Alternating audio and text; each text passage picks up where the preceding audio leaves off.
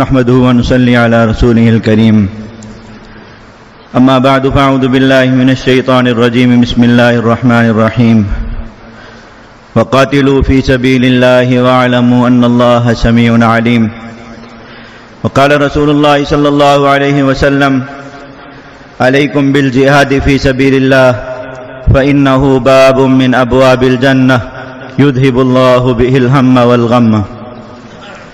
انتہائی واجب الاحترام جیش محمد صلی اللہ علیہ وسلم کے غیور مجاہدین، دنیا میں ایک خیال ہے کہ ایک پتھر ہوتا ہے جسے پارس پتھر کہا جاتا ہے، جس چیز کو چھو لے اسے سونا بنا دیتا ہے، مٹی سے لگ جائے اسے ہیروں میں ڈھال دیتا ہے۔ داستانیں ہیں، لوگ تلاش کرنے میں اپنی زندگیاں خرچ کرتے ہیں، کسی کو ملتا نہیں، اس لیے نہیں ملتا کہ دنیا میں پہاڑوں میں ذخیروں میں معادن میں جا کر ڈھونڈتے ہیں۔ دنیا میں پارس پتھر ہے، اللہ نے آسمان سے اتارا ہے، قرآن مجید میں رکھ دیا ہے۔ وہ پارس دنیا میں موجود ہے، جو زمین کے ذروں سے چھو جائے انہیں آسمان کے چمکتے ہوئے تارے بنا دیتا ہے، بیکار لوگوں کو چھو جائے انہیں رب کائنات کا محبوب اور مقرب بنا دیتا ہے۔ دنیا میں ذلیل و رسوا پڑی ہوئی قوموں کو لگ جائے دنیا کا سردار بنا دیتا ہے۔ عرب کے چھتر بانوں کو چھو لے دنیا میں جہاں بانی کا امام بنا دیتا ہے۔ آؤ تمہیں دکھاؤں پارس پتھر کیا ہے، جس چیز سے لگے گا بلندیوں پر فائز کر دے گا، جس چیز سے ٹکرائے گا اسے قیمتی بنا دے گا۔ آؤ دیکھو، نیت سے شروع ہوتا ہے۔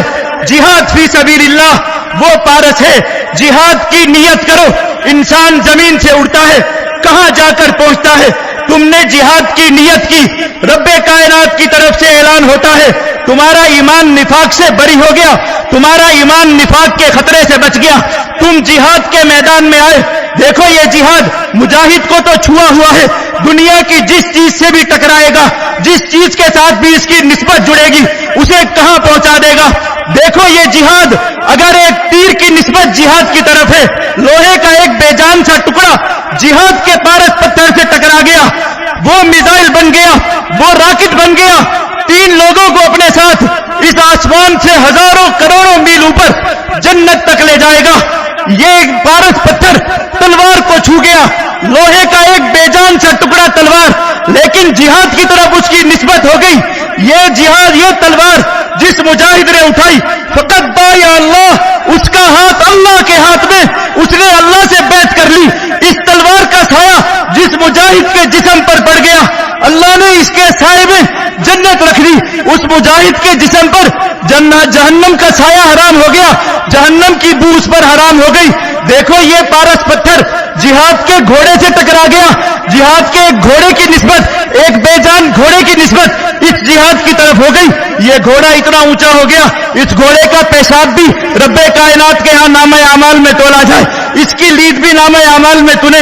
یہ گھوڑا زمین پر چلے، اس کی رسی کو طویل کر دو، وَإِنَّ فَرْسَ الْمُجَاهِدِ لَيُسْتَنُّ فِي طُوَلِهِ، مجاہد کا گھوڑا اپنی رسی میں ذرا دراز ہو کر چلے، اس کے قدموں کی زمین پر دھمک پڑتی ہے، رب کائنات کی جنت میں گونجتی ہے، نامہ اعمال میں لکھی جاتی ہے۔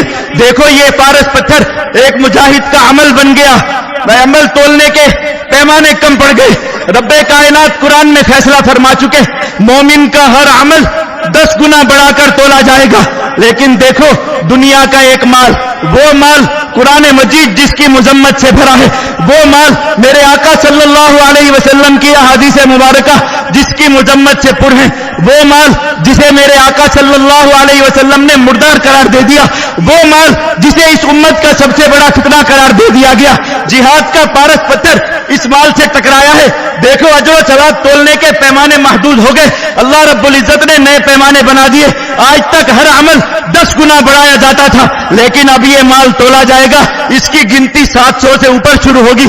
ارے مال دنیا کا متاع الغرور، دنیا کی ناپاک چیز جب جہاد سے مل گئی اتنی معزز ہو گئی کہ اب اس کے لیے اجر و ثواب کا پیمانہ الگ ہے۔